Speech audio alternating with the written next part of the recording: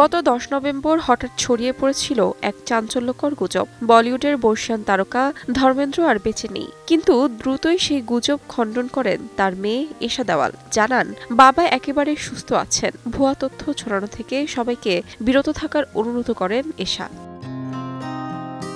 কিন্তু গুজব থামার আগেই সামনে আসে আরও উদ্বেগজনক তথ্য।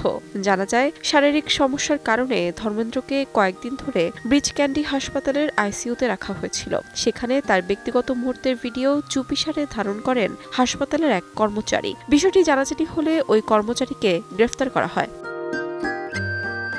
বৃহস্পতিবার ধর্মেন্দ্রকে হাসপাতাল থেকে ছাড়পত্র দেওয়ার পরই সোশ্যাল মিডিয়ায় ছড়িয়ে পড়ে সেই ভিডিও, যেখানে দেখা যায় অভিনেতা বিছানায় অচেতন অবস্থায় শুয়ে আছেন। পাশে উদ্বিগ্ন মুখে দাঁড়িয়ে আছেন তার 2 ছেলে, এমনকি তার প্রথম স্ত্রী প্রকাশ কৌরকেও ভীষণ ভেঙে পড়া অবস্থায় দেখা যায়। ভিডিওটিকে কেন্দ্র করে শুরু হয় ব্যাপক আলোচনা ও ক্ষোভ।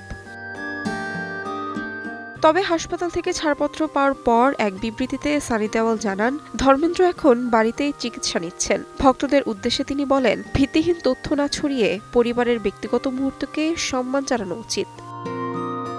তাহমিনা তন্নি, সময় সংবাদ।